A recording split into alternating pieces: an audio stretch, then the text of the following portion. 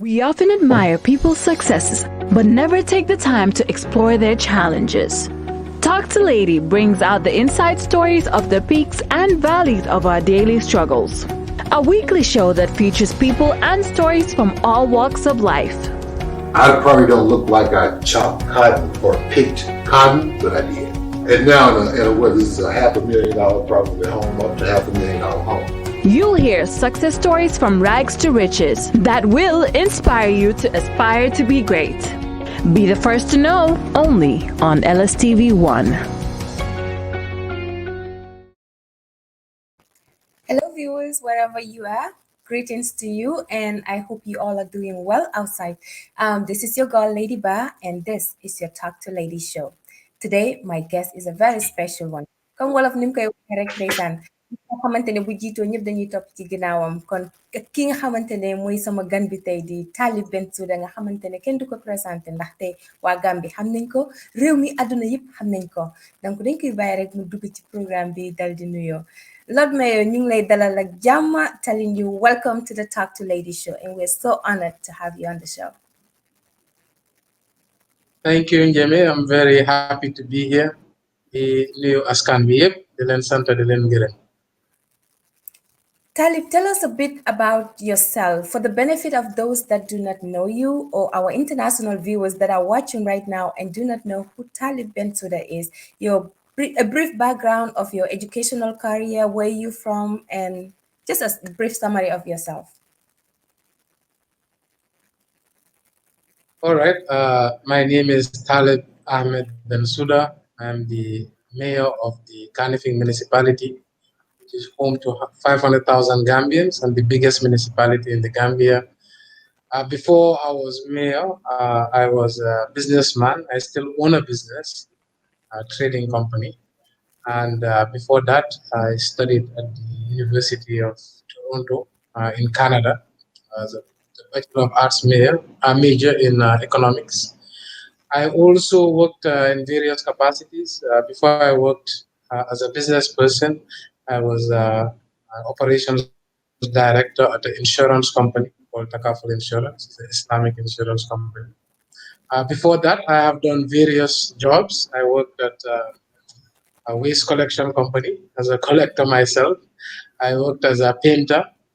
I worked as a maintenance technician. I've done many odd jobs in marketing. Like we call it hustling.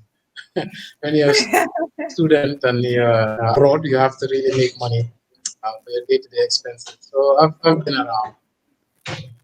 Wow. Tell us a bit about your experience in Canada when you were going through college. How was that experience like? Any constraints, culture shock, or anything that you experience out there?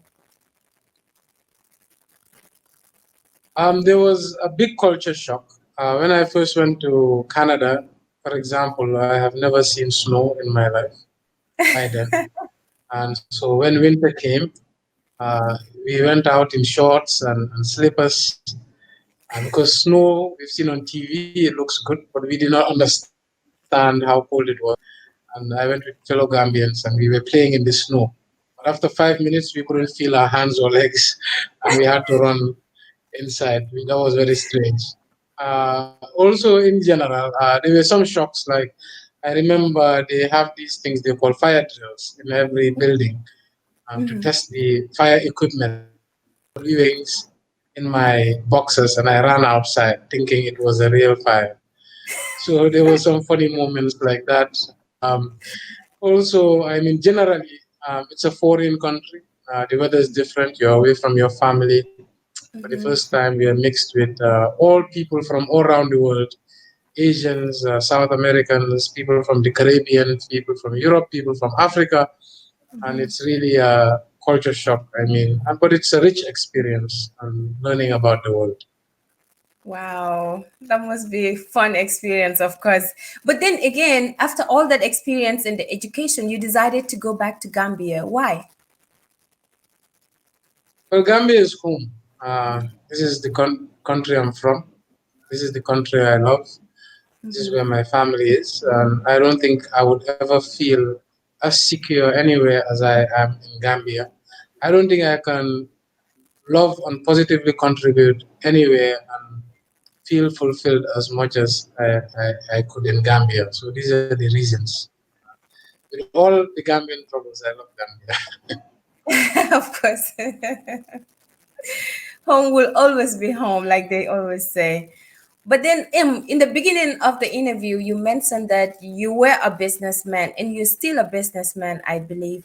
What motivated your interest into politics? Right. So, of course, as a young man, I want to build my future. I want to make money.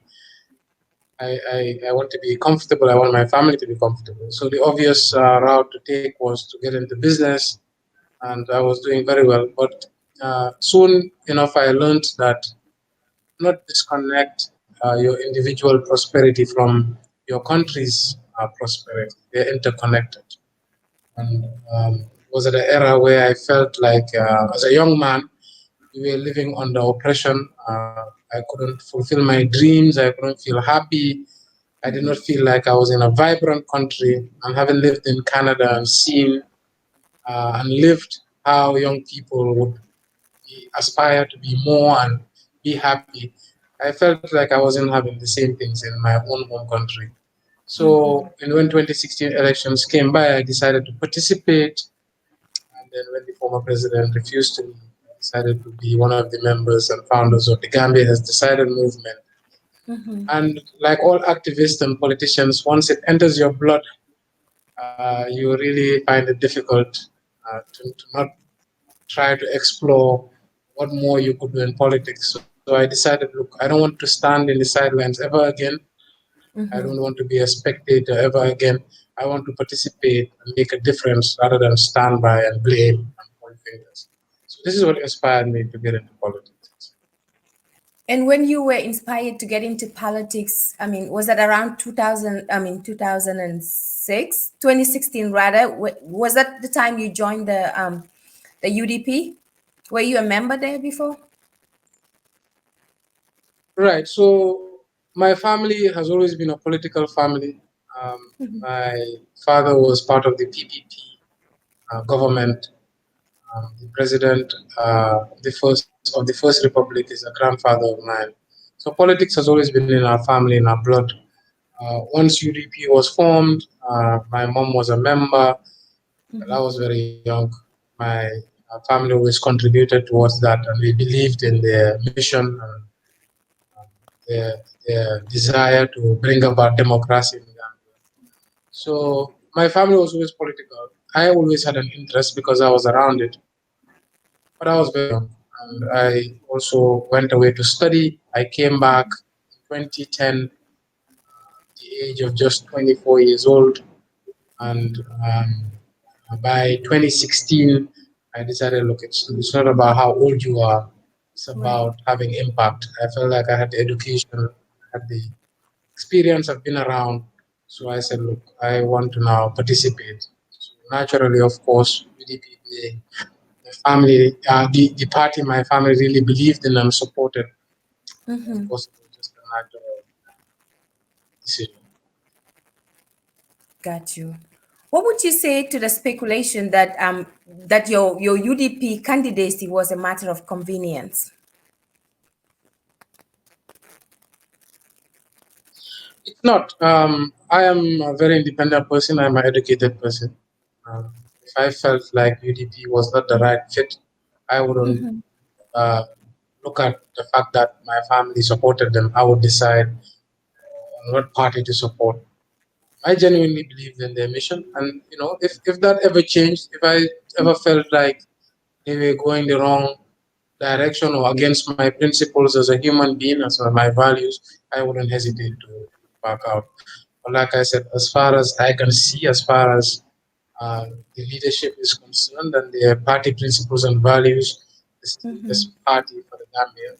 And it's something is my job and mission to convince other Gambians to come aboard and really change our country. I think politics is just a vehicle that taking us to our destination. The rest of our country.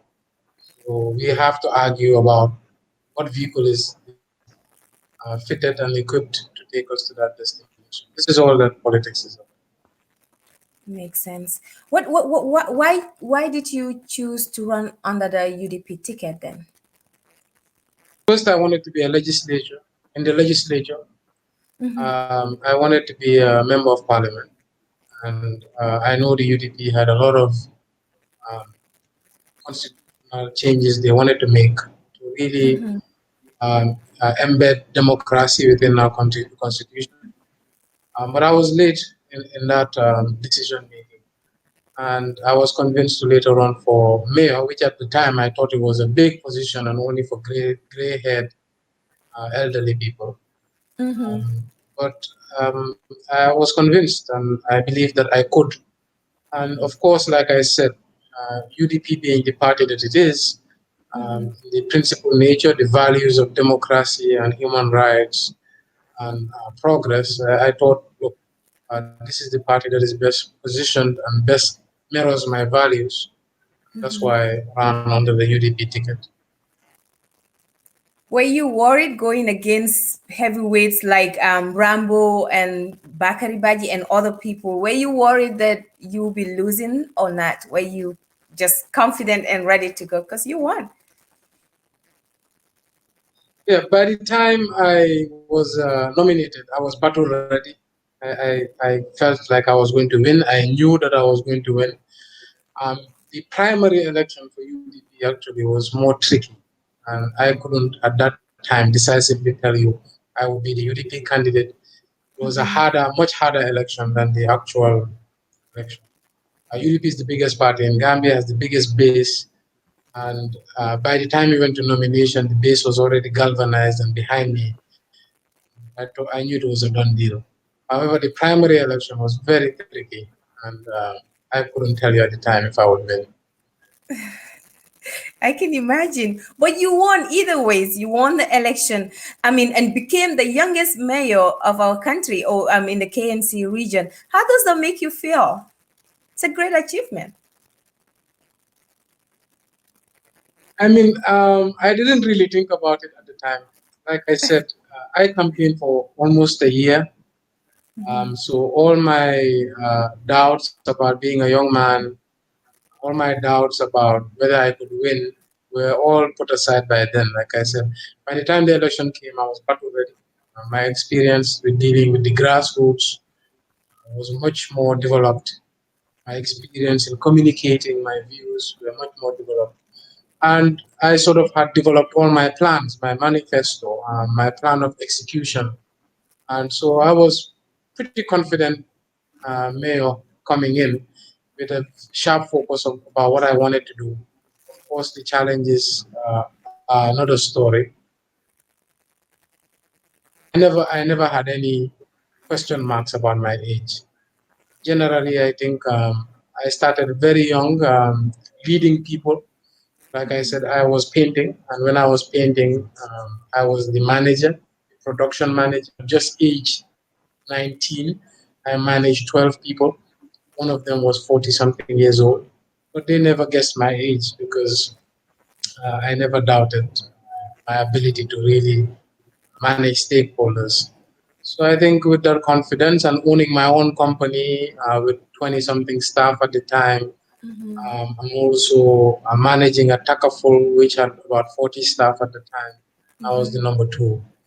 My leadership skills were already sharpened to take on this challenge. Do you still do painting just for fun on your leisure time or not? I miss it. I mean, I seldom have time to do much in my leisure time. But I mean, I do more of criticism now when painters come to my house than rather participation. But I really miss painting. It's such an art form, and it's really a relaxing job. It really is a stress reliever. I miss those days really. Makes sense. What is your role as a mayor? Yes. So a mayor is a local leader. Is, the political head of a region. Your number one role is to ensure that there's peace and stability in your region and progress. And you do that through your council. Your council is really what you're in charge of, which is the ultimate. In other countries, they call them districts. So councillors represent their people and they argue about development in the various areas. And the mayor's job is to lead the entire council towards the development of the entire municipality. It's cumbersome because it's a democratic process. And of course, every councillor has different views and has different priorities. The role as a mayor is two-part. One is leadership and the other one is development. On the leadership front, I am the political head of my region, similar to a governor as far as Gambia is concerned. So in Gambians, we have governors and then we have chairpersons. Both we act as both a governor and also a chairperson of a council. Now, from the governing perspective, which is the leadership side, is to ensure there's peace and stability within our region, to make sure that the different interest groups, be it political parties, be it also people who identify as different tribes and different religions, are all working harmoniously towards the development, progress, and stability of the region, and in extension, the country. So that's the leadership side of it, which is more political. On the development front, as the mayor, I'm the head of the council. A council is made up of councillors who represent different wards. In different countries, they call them boroughs. So different sections of the municipality.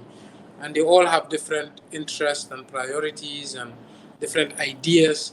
And my job as the leader of the council is to bring all those different stakeholder views together and ensure we are working towards one direction, which is ultimately the development of the municipality. It's cumbersome. It's a very tedious job to manage all these different stakeholders. But I mean, it's a real privilege and sometimes very enjoyable. Wow, it must be overwhelming at some point or sometimes. When you took over, of course, I mean you ascended from other people that were there prior to you. How was the financial health of the municipality when you took over? So when we came in, KMC as an institution was an administrative mess. Financial capacity was limited. Human capacity, human resources were also of a concern. So we came, of course, in with a restructuring plan, which was one of my manifesto. I think it was the first point in my 5-point manifesto, is to restructure the council to make sure that the human and financial resources were strengthened. And so we did HR audits, we did financial audits, and we've done a lot of restructuring. And from since when I took over to this year, we have more than doubled the revenue base of the council. And we think we can even do more to make sure that the council has the financial resources to provide basic services to the people. We also have been engaged in a lot of human human resource restructuring, capacitizing staff, and also bringing in people we believe could help boost the council's ability to serve. So it's been a lot of work, but I think it's work in progress, and a lot of things have been done. And I think it's just going to get stronger and better from here. Of course, a lot of things have been done. What would you say is your biggest or major accomplishment within your first 100 days? Within our first 100 days, if I can remember, I believe I have to say it's the top would be human resource restructuring, the capacity we need. However, we also did a lot in terms of cleanliness of the municipality and ensuring that we have eliminated illegal dump sites within the community, which are the cause of many diseases related to sanitation. Got you. Well, Bakote dump site has been a major concern for many Gambians, including myself. But we have seen your municipality, I mean, started a fence project, which we're all excited about. Is there any other plans in play to make it more safer or perhaps relocate that site to to a different environment away from the people? Are there any plans? Right. So backward dump site is number one concern for us, number one concern for many Gambians, and rightly so, is an environmental problem. We have a three-part solution. One is defense, which is on. This is to contain the hazards within the site and also creating a security buffer between the site and also the community. This will reduce the hazards coming from the site. Secondly, is to also bring about waste processing. We have already signed a pre-contract agreement with a company, and our idea is to bring about some processing for the organic waste, and this to create biogas as energy, but also to create a transfer station at the site where waste is sorted and what's good is used and recycled, and what is bad is further transported to an eventual landfill somewhere else. The third part is to work with the central government and Birkama Area Council to find a secluded piece of land where we can have a landfill. I don't like talking about backwater much because I don't like to promise. I would rather just work on the solution and people see us delivering. I know the people who live there are concerned, also live the hardships, and this is why I don't like to prematurely raise their hopes. But we would definitely surprise them with a solution before our term is ended. And we want to reassure everybody that this is the number one priority of the council and number one priority of myself. And also, in your quest to make the municipality or the KMC area council as, on top of the list, I've also seen that you partnered with sister cities around the world. I believe Madison was also one of them. Have you learned how to tackle waste management or other areas of improvement as far as your municipality is concerned? Absolutely. We have an excellent relationship with Madison City Council. The mayor and myself are now very close and we collaborate often and discuss. And it trickles down to the management as well. Their sanitation department and our sanitation department work closely. Even our Balit project is sort of modeled after what they do as far as waste collection is concerned. They share things such as the standard operating procedures of their operations, etc. We also have a very close link with their dump site or landfill. It's not directly run by Madison, it's run by their county called Dane County, which is much bigger than the city. But we also have a close collaboration with the county executive and sharing ideas. We also work with the University of Wisconsin, which is based in Madison, and we work with engineers from their environmental department to look at solutions. So it's a lot of really sharing ideas, and also they visit here as well, and we are hoping that we can really get a lot of knowledge and probably assistance from them. Talking about assistance, is the central government helping with to tackle the waste management of your council? We haven't seen much, and we hope to see much more from them. We sort of do it alone. Ministry of Environment, we would like to see more from them, and National Environmental Agency. I mean, they do small things here and there, but 99% of all waste management is done by the council. And we would like them to understand that this is a national challenge, and waste is really the responsibility of all. Because if it's poorly managed, our health, all our health is at risk. And things like the backwater dump site, which is a national environmental concern, the number one national environment concern, we would like to see more effort from the central government to bring about a solution. Us officials and politicians at KMC are open for collaboration. We don't care about credit. We just want to bring something that's good and something that improves the lives of Gambians. Makes sense. Help us understand the central government's obligation to your municipality, rather. Yeah. Yes. So central governments, like I said, are the center. That's why they call them the central government. They make decisions that affect all, and they're sort of like the parent government and are supposed to ensure that the country functions, and all parts, including area councils, Area Council's obligation is for local community issues, and our mandate is pretty clear, from waste management to community-related initiatives and activities and local policing, security, etc. The central government's role is to ensure that we are working effectively and efficiently, and that's why they have a Ministry of Local Government that is supposed to regulate, supposed to supervise, monitor, and support local government area councils to be able to deliver services to the people. So one of their major obligations is also as well to provide subsidies or subventions to support councils. Unfortunately, they haven't been forthcoming for the past decade or so.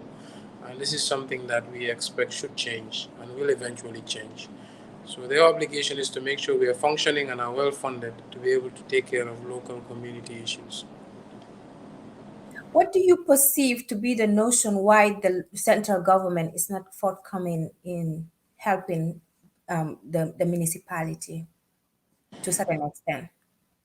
Well, we've seen some positive signs lately, especially in this COVID-19 crisis. They've provided COVID relief package for governments, which is 2 months worth of your salary. In other councils, it's 3 months. So that's a positive change. What we are asking for is the legally required subvention that they are to fund councils 25% of their development fund. The reasons they have not come in the past, I believe, is because of administrative lapses. But for now, we believe it might be politically connected. Of course, it's no secret that Gambia is a very polarized country right now. The councils are largely under the control of one party, which is the UDP, and of course, central government is under the control of another party, which is the NPP. And elections are coming soon, and we believe these might be motivations behind it. We can't say for sure, but I mean, we have to be pragmatic and sort of take the temperature of the country and pretty much see there's a lot of division, which it's unhealthy, and we would really like to see those days gone where we mix politics and administration. So this is, I believe, what the challenge may be. Have you thought about other ways, to be innovative in case the central government hasn't doubled up to your expectation as far as, your municipality is concerned? Yeah, so I wouldn't call it expectation, I would call it their obligation. But we are learning to survive on our own. We are learning to live within our means and also expand our means. We are trying to ensure there's more tax compliance. KMC doesn't have a lack of taxpayers. We have a lack of tax compliance. The people who should pay are around. Whether they're paying or not, that's another story. So this is what we've been focusing on, and this is why we've expanded our revenue in 2 years to more than 100% increase. And also, there's a lack of structure within our revenue base, meaning there's a lot of data. So, for example, one thing that's largely missing in Gambia is addresses. And with addresses and identification of where people live, it would be much easier to have tax compliance. So, like I said, we're trying to expand our means of getting income and reduce any dependence that may come from the central government. At the same time, we are looking at routes to really get our subventions because it's a legal requirement, and I think it's our right and the government's obligation. So we're also working on that. Thirdly, we're also looking at leveraging on private sector resources. Of course, private sector is around, banks, different companies who want to probably do many projects with government and local government. And we look for opportunities where we create private-public partnerships to bring services to our people at the same time make an income for these businesses. So we're also working on all those avenues. Switching gears to, citizens' responsibility. Let's talk about the littering on the street and, people just urinating on the street and all that thing. Do you have any enforceable laws, for anti-littering in your municipality right now? That's a very timely question. We just drafted our bylaws, We just had the bylaws gazetted by the Ministry of Justice. It's a historic booklet. It's the first of its kind for the Carnegie municipality. That's one of the functions of a council, is to create laws that guide local community interactions. And that wasn't happening. We have done it, and actually, just today we are planning on how we're going to launch it, ensure that it's communicated at the local level and people understand, and also work on the compliance side of it. But like you rightly said, I believe every government is a reflection of its people. Every country is a reflection of the government. So if you equate it, a country is a reflection of its people. If the people want more and do more, the country becomes more. And I think Gambians should be very knowledgeable about that. We have the power to change our communities. We have the power to change our country. We have the power to change our government. And that power, we should learn to leverage it and make sure it works in favor of the collective, which is everybody. Makes sense. And again, we have seen you. I mean, seen that you announced that you had COVID. You dila masaw rek di set sa jamu yaram. Why tamit? I mean, just to ask. I mean, you went into self isolation with your personality or the role that you handle right now. Went into self isolation. Of course, you're back to work again. How are you holding up? Well, I'm much better. I feel like I'm fully back to the way I was. I had COVID.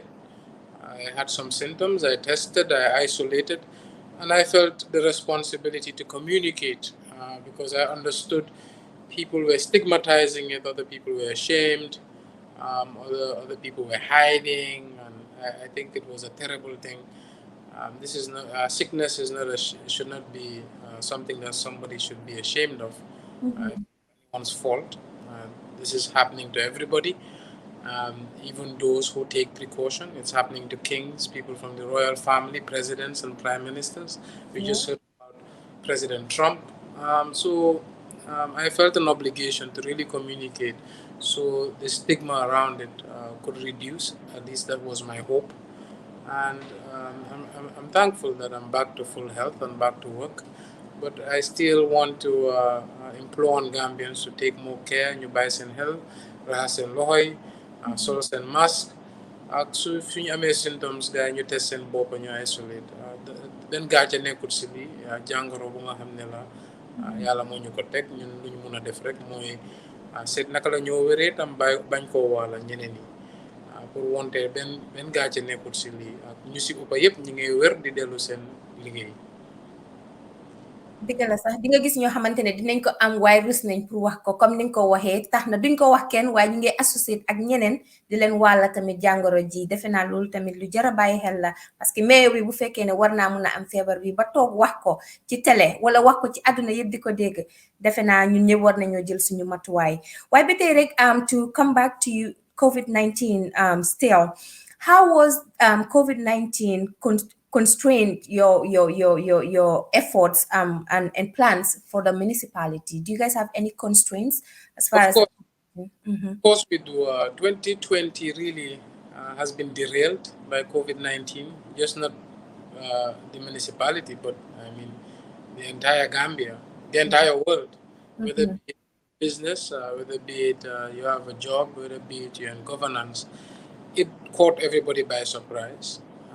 When we were budgeting in 2019 and people were talking about COVID-19 in China, nobody had a clue this would go around the world and get to Gambia.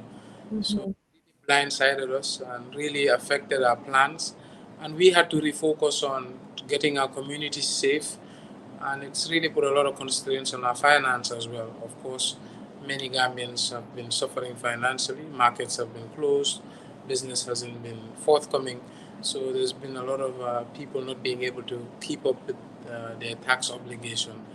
So in 2020, we are building a more realistic budget, which is COVID sensitive, and making sure also we are prioritizing health centers and the community to keep them safe. Like you mentioned, with the drop in council revenue due to the COVID, I mean, how do you plan to calibrate up again? Right. The revenue is slowly creeping back up as the country is reopening. Mhm. We still anticipate tourism will not be very good as well this season. So we are also preparing for any eventuality. But we are carrying forward with our plans. A lot has been delayed as well. But we also have to adjust. This is the new reality. While I was under isolation, I started using more technology to communicate, technology such as Zoom and WhatsApp, to arrange meetings and still be part of decision making activities at the council.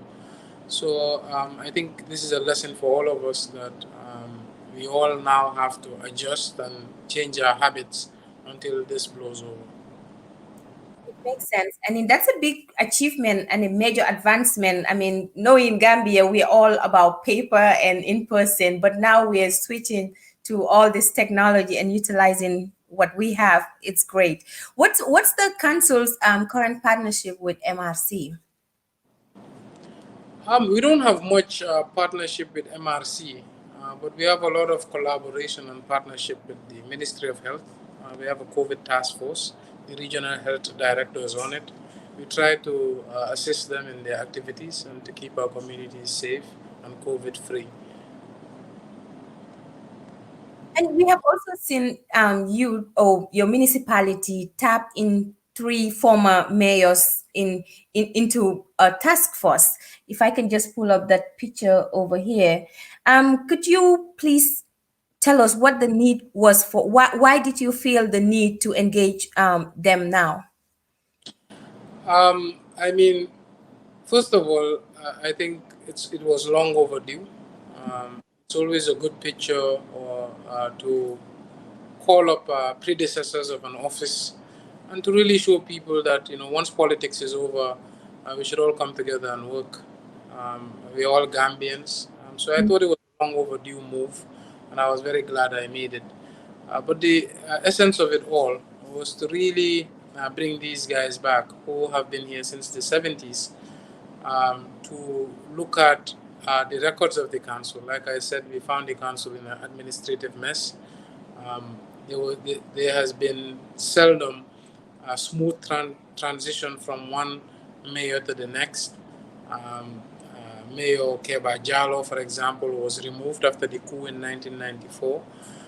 Mayor Lai Conte was exiled and unceremoniously removed, and Yankuba Koli came in. When I was coming in, I did not find Yankuba Koli in office because there was something set up called the Interim Management Committee. So there's never been a smooth handing over between mayors, and similar to what we see at the national level. President Jawara was cooled, President Yahya Jammeh was exiled. So this is a problem we have in Gambia. So thank God we have these mayors who are living and breathing and living within the municipality. And I brought them back to listen to their experiences as far as certain things that have happened in the council and anything they could tell me that could help the advancement of the municipality. But in more specifics, we were looking at sister cities that they had twinned with in the past and we have no record of, and also the hotly disputed borders around the municipality to really understand where we stop and where other municipalities start. So this was the essence. What would you say to the argument that some people think it is a ploy to have them not to run against you? I mean, I'm a politician, so whatever the conspiracy around it, that's expected. It comes with the territory, and that's the first I've heard of that. I've heard other stories. Some people said that probably I'm setting up a coalition to set. People said many things, but this is politics. It comes with the territory. We just have to focus on the task at hand, and eventually the truth always comes out. That's true. And we have also seen you or saw you put on gloves and go out cleaning gutters as with your role and position. I mean, we know Africans, we like our title, we like our office, we're always the bigger person. But you came down to our level, you put on gloves and you were out cleaning gutters. What motivated that move? I believe this was in 2018. Mhm. photo. This was in 2018. What we wanted to do is to just show people that, I mean, we're all Gambians. We all have to participate. We all have to play our part. There's nobody too big to clean a street, nobody too important to dig up a gutter. Uh, Gambia is a country so far left behind that we all have to come together to really leapfrog and catch up with the rest of the developed world. So I think this was just an example of citizens taking charge, taking control of their communities. I mean, back in the day, they used to have Tessito, and we've seen a lot of those things stop. So we wanted to sort of revive that sort of community spirit, and how better to do it than the mayor putting up gloves himself and showing the rest that, I mean, there's nobody too important to clean a street. I mean, again, to combat corruption, have you considered, an electronic form of revenue collection as far as the markets are concerned? Actually, we are piloting one right now. We're working with a company called Ecotech. We are piloting it with a Mbalit project, and we are using electronic ticketing. We are waiting and seeing what the impact will be. But more important than electronic ticketing and using technology is we need data, and we need to know how many businesses are within the municipality, how many taxpayers, and those people need to be identified and located and put in a database. Because no matter how good your electronic ticketing system is, at the end of the day, people can not use it and do cash transactions underneath. So there should be checks and balances. The electronic ticketing is good, but on the back end, we need to have data and software. So we are working on all of those things. Well, we cannot wait to see that happen. And what's your vision for the municipality? So I want the municipality of Kanifing to be a vibrant municipality, to be a livable city with a good quality of life. I want it to be like any major city in any country. True that Banjul is the capital, but Kanifing is the commercial capital. This is where is the most densely populated municipality and where much in the country happens. So I would like to see it be like any advanced city, like Montreal, London, even in Africa here, Kigali is a good example. We want to bring vibrance, a city with good jobs, good roads, a good quality of life, and a standard of living. Let me pull this picture up here and ask this question. Tell us about the techie fee innovative or innovation for the youth. Right. So this was an initiative which we partnered with GCCI, the European Union, and the Youth Empowerment Project. Yep, it's called the Techy Innova initiative. It's supposed to really encourage youth to be innovative, to take initiative, and to really not underestimate themselves and know that youth are really the engine of any society, especially educated youth. Um, with their energy, their dynamism, and really their vision, we could really change our country. And this was one of the tenets I ran on. I ran as a 30-year-old youth to show people that, look, age is a number. You're never too young to run.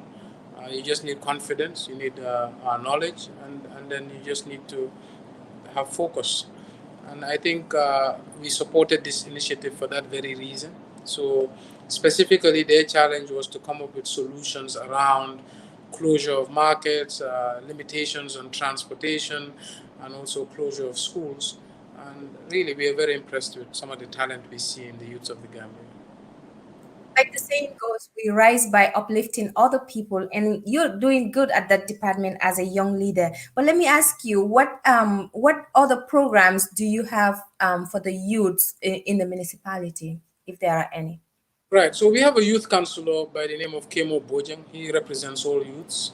So we have programs in sports. We have programs in arts and culture. Some in skills. What we want to do is not to tell youths what to do. We want to see what areas they're already interested in and really support them. Because what we've seen in the past is everybody tells youths that, look, you need to be a carpenter, you need to go to school, you need to do that. And we put resources in that and then end up finding out the youth is not interested, so it fails. So we're working the reverse now. Talk to them, see what they're interested in, and support them in those initiatives. So that's really what we're on to. Well, I know I've taken so much of your time, but I promise we are almost to the end of this interview. So just bear with me. What achievement have you proved? Are you proud of as a mayor? There are many, but definitely one of our biggest would probably be the Ballot project. When I came with a 5 point manifesto. One was the restructuring of the council, staff and administration. The other one was to introduce waste collection and waste management. There's been municipal transportation, creating jobs for youth. So there's been many. Since I came, we created about 300 jobs for youths in our municipal police, in our ballot collection, in our services department, and various other jobs. We have also supported youth in the initiative, whether they're in business or in school, etc. But definitely, I think our biggest project so far probably is the waste management, which is the introduction of 23 brand new waste collection trucks. And all our communities now are enjoying regular waste collection. And we've heard reports last year of how malaria cases in the municipality have been slashed by almost 80% due to a cleaner environment. Just yesterday, a youth told me about how they've been looking at studies and diseases related to sanitation have dropped drastically. And we hear compliments daily from our residents that the municipality is generally cleaner and more livable. So I think health is wealth, and this is probably something that we'll always be proud of. And not only that, we've developed a very sustainable project in this ballot project, meaning after I leave as mayor, the council can easily replenish these trucks and ensure that mayors in the future will never come in like I did and find that there's no waste collection vehicles or ability to manage waste within the municipality. Are you being groomed to succeed lawyer Usainu Dabo of the UDP? If I am, then that's news to me. Okay, I'll take that answer for now. But with many saying, Dabo may not be eligible to run for elections. How ready are you if you were to succeed him? Well, he's eligible. I think, there's a lot of conspiracy around in terms of politicians. I don't see any laws barring Dabo from standing, or His Excellency Hussein Dabo. But like I said, there's a lot of speculation out there. Gambia is entering election fever. There's a lot of talk. But I am a mayor. My role is to ensure that I'm serving the people of my municipality. I never want to be put in a position where I betray why people brought me into office, and that is to improve their lives. So that is my focus now, and I will continue to do that. What's your take on the failure of the draft constitution?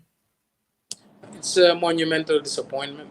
The draft constitution really had all of us invested. They came by my council many times, and I attended their town hall here at the Youth Monument at Westfield. And I mean, there was so much time and money and energy, and I myself, I participated a lot. And the fact that it was not even given a chance for a second hearing, or it was not even debated, uh, well, and it was just really put to the side. It was a very big disappointment and a setback for democracy within Gambia. But like I said, I'm a mayor. I'm not in the legislature, but still, it affects me. It affects everybody, and it's sad. It's sad. But like I said, it's one of those things where Gambia is so polarized. Politics is above national interest now, and really, it's toxic. And I just wish Gambians could realize why we made a change and why we brought about a revolution, and really be loyal to that. At the end of the day, we're going to go 20, 30 years and look back and regretted that we wasted all this time, because all this time wasted will really affect the development of the country and the aspiration of the youths and younger ones. And we will really hand over our country to our children that is still inept, still poor, still unable to develop. And what can we say? That we spend all our time fighting and trying to maneuver to have an advantage over each other. So I always ask Gambians to put our petty differences aside and understand that the nation is bigger than any of us. Gambia was here before a lot of us were born, and will be definitely here after all of us are gone. So Gambia should always be put ahead of any person's interest. Since Gambia is all we have, do we expect to see you run for another term as a mayor? It's possible, but I can't confirm that. The election is in 2023. It's a long way ahead of us. What could happen? I just live year by year, day by day, and I try to fulfill my manifesto as I set out. And I think once I do that, then I fulfill my obligation to the people of KM. What happens after that, only God knows. Tell us something in the pipeline that we are yet to know. Can you reveal the secret? If you're yet secret, then you definitely shouldn't know. Um, I would, we are pretty transparent. We communicate everything we're up to. This is the people's office. So there's no secrets. All the plans are open secrets. We involve everybody, stakeholders, and we communicate frequently about what our intentions are, and we are ready to take on criticisms as far as they're constructive to make them better. So I don't think there's any secrets as far as our development agenda. Last question. Any advice for the youths or somebody sitting out there and inspired by your story? You have a rich background as a young person and you're doing a lot, under your municipality. What would you say to that person out there? Because I oftentimes hear youth saying, oh, man, halala, I can't do this. I can't run for this office or I cannot handle this. What would you say to those people? You have to have, vision, and you also have to have the confidence and the focus to pursue that vision. I don't think God created anybody to be smarter than anybody else, created anybody to be greater than anybody else. You're as great as you think. So that confidence you really need to have, that desire, that hunger to be better, to do better, you really need to have. And age is but a number. You can always go to the highest office or be the biggest business person. You just need to have a dream and you should pursue it. In general, politics wise, youths in Gambia need to understand they make up the majority now. Youths now are making up more than 60% of the population, meaning if they all register to vote, they can decide every election for the foreseeable future. That power is with them, whether they know it or not. Most times they are not that energized or interested, or they look at themselves as too young. But I believe once they know their power, this country will never be the same, and it will be for the better. Any last words before we let you go? Well, in general, I always like to talk about, like I said, the polarized nature of our politics, our political climate. I think people should divorce um, uh, politics from development. Development is for all, and that should be our number one priority. And we must understand the only reason we're in politics is to move our country forward. We should not be into politics for politics' sake. You should have a politics of ideas and issues, and that's the only reason you should be in a party different from anybody else. And if you want people to come to your party, inspire them. Convince them. And this could be done in a respectful fashion. I don't think it warrants insults, it warrants petty talk and arguments. At the end of the day, we are all from one small community, which is Gambia. We are all related. And once we decide our elections, we should all join hands and develop our country. This is the only reason we are all doing what we are doing, to leave a better country than we found and to have children living in prosperity. Lord Mayor Talib Ahmed Bensouda, the mayor of KMC, ñu ngi lay jaajëfal lu wér ci temps bi nga jël ñëw toog fi waxtaan ak ñun ci Talk to Lady show jàngee nañ ci nag lu bari di la jaajëfal lu wér dina rek kontaan nañ. Thank you so much and we are very honored to have you on the show and thanks for your time. Thank you so much. maa ngi leen di sant di leen gërëm yéen yëpp di leen nuyu.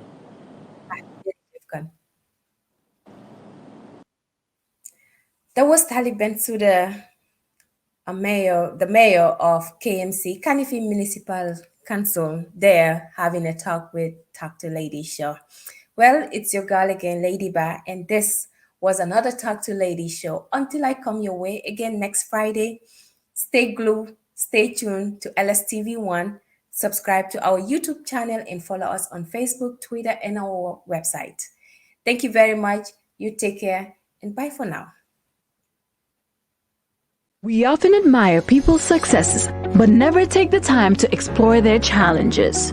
Talk to Lady brings out the inside stories of the peaks and valleys of our daily struggles. A weekly show that features people and stories from all walks of life. I probably don't look like I chopped cotton or picked cotton, but I did. And now this is a $500,000 problem at home, up to $500,000 home. You'll hear success stories from rags to riches that will inspire you to aspire to be great. Be the first to know, only on LSTV1.